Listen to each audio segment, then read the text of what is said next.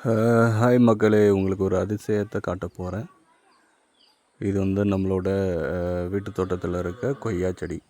ஆர்கானிக்காக தான் வளர்க்க வரோம். இதுக்கு நம்ம எந்த மருந்தும் அடிக்கிறதில்ல. இதில் என்ன ப்ளஸ்னாக்க, இது வந்து தன்னைத்தானே சரி பண்ணிக்கும்.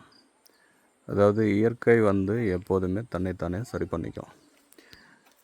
எப்படி சொல்கிறேன்னாக்க, இந்த மரத்தோட இலைங்களில் ஒரு விதமான பூச்சி வந்து முட்டையிட்ருக்கு. நீங்கள் பார்த்தா தெரியும் உங்களுக்கு.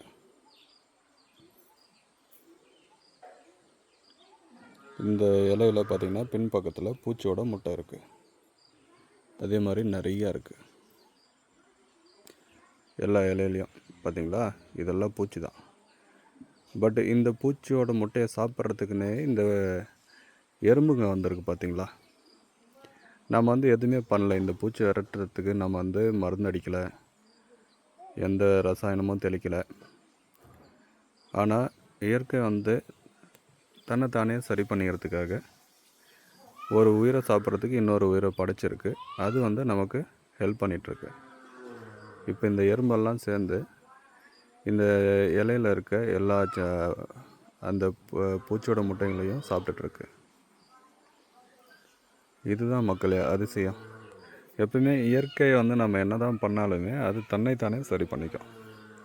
அதுக்கான இன்ஃப்ராஸ்ட்ரக்சர் அதுக்கிட்ட இருக்குது. ஸோ இதுதான் உங்களுக்கு காட்டணும்னு நினச்சேன்.